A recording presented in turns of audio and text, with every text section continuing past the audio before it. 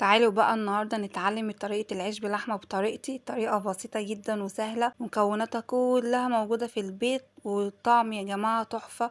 وزي ما انتوا شايفين الشكل طالع بجد حلو قوي. ما اقولكوش على الطعم لذيذ جدا. شايفينه لونه حلو قوي ازاي؟ بس يا ريت نتابع الفيديو للاخر عشان نعرفوا كل اسرار العيش بلحمة. ما تنسوش دعموني باللايك والاشتراك. اول حاجة معايا كيلو لحمة مفروم، ومعايا طماطمية بشراها، ومعايا قرنين شطة مقطعين بالشكل ده، ومعايا 4 بصلات بشراهم، ومعايا الخضرة، ومعايا بقى البهارات بتاعة العيش باللحمة اللي هي بهارات لحمة، بصل بودر، توم بودر، فلفل مكعب مرقة، ملح، رشة سكر. اول حاجة هننزل بالبصل، وبعد كده الخضرة. تمام. وبعد كده هنزل بالطماطمية المبشورة، بعد كده قرنين الشطة زي ما حضراتكم شايفين كده، وبعد كده هننزل بكل البهارات اللي انا قلت عليها في الفيديو.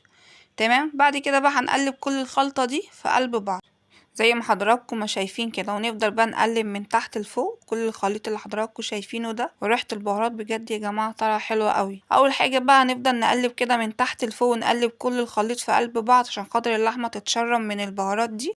معايا 1.5 كيلو من الدقيق، وشايله منهم ربع كيلو بره، ومعايا مجين ميه كده في الاول، ونزلت باكل الخميره الفوريه كده على الدقيق، ومعايا معلقتين سكر كبار.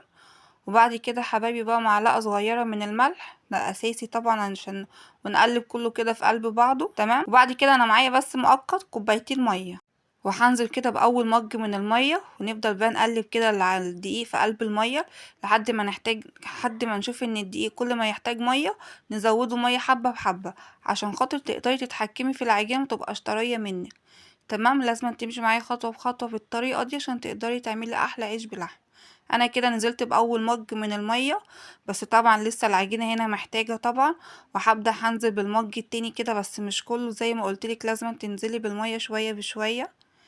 وهنفضل بقى نشرب كل الدقيق في قلب المية كده. على فكرة طريقته سهلة، وطريقة العجن بتاعته المكونات بتاعته مش صعبة، موجودة في اي بيت، ولازم تمشي بنفس الطريقة اللي انا بقولك عليها دي. وطبعا في الكوباية التانية كده انا احتاجت هنا كوباية تالتة. انا كده نزلت باول مجين، واحتاجت كمان كوباية تالتة. تمام. هفضل بقى هنزل كده شوية بشوية، وانا حاسة كده ان العجينة مش هتحتاج معايا مية كتير.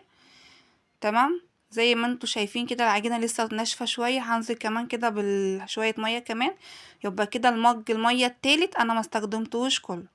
وكده يا جماعة شكل العجينة انا حسيتها خلاص كده مش محتاجة اي حاجة. وهنحط شوية زيت كده في ايديا عشان خاطر نلم العجينة ونسيبها تخمر. شايفين شكل العجينة حلو ازاي؟ وشايفينها قد ايه هي طرية. وهي دي طريقة العجينة العيش باللحمة. شفت قد ايه هي سهلة وبسيطة؟